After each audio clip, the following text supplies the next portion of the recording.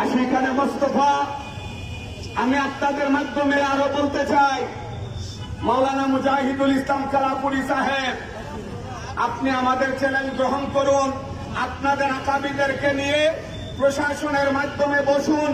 আমরা 10 লক্ষ টাকার চ্যালেঞ্জ দিয়ে আজকে এই প্রেস ক্লাব চত্বর থেকে গেলাম। যদি আপনারা চ্যালেঞ্জ গ্রহণ করতে পারেন আর আমরা যদি হেরে যাই, ইয়া নবী সালামু আলাইকা বলবো না, এটা ওয়াদা দিলাম। আর যদি আপনারা বাহাসে না আসেন, আমরা মনে করব আপনারা ভেজা দিলাম, ভেজা বেড়াল। মৌলভীবাজার সম্প্রীতির বন্ধনে কৌমি আলিয়ায় ঐক্যবদ্ধ ভাবে, তার বাস্তব উদাহরণ মৌলভীবাজার জেলা ইমাম সমিতি। কৌমি অঙ্গন নিয়ে, সুন্নি অঙ্গন নিয়ে, কৌমি আলিয়া নিয়ে গঠন হয়েছে।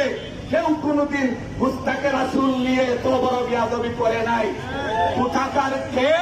মুজাহিদুল ইসলাম। আপনার তো কোথাও জায়গা হয় না, আপনার ইতিহাস জানি, এখানে বলতে চাই না। আপনি নাম দিয়েছেন আলেম, এই জন্য বলতে চাই না, নাইলে আপনার পরনে লুঙ্গি পায়জামা থাকবে না। এই জন্য শেষবারের মতো বলতেছি, মডেল মসজিদ নিয়ে রাজনীতি করবেন না। মৌলভীবাজারের আশিকানে মোস্তফা এখনো ঘুমিয়ে আছে। শান্তভাবে মানববন্ধনের মাধ্যমে প্রতিবাদ জানাচ্ছি। যদি ঘুম থেকে উঠে যায়, তাহলে আপনারা আর মৌলভীবাজারেও থাকতে পারবেন না।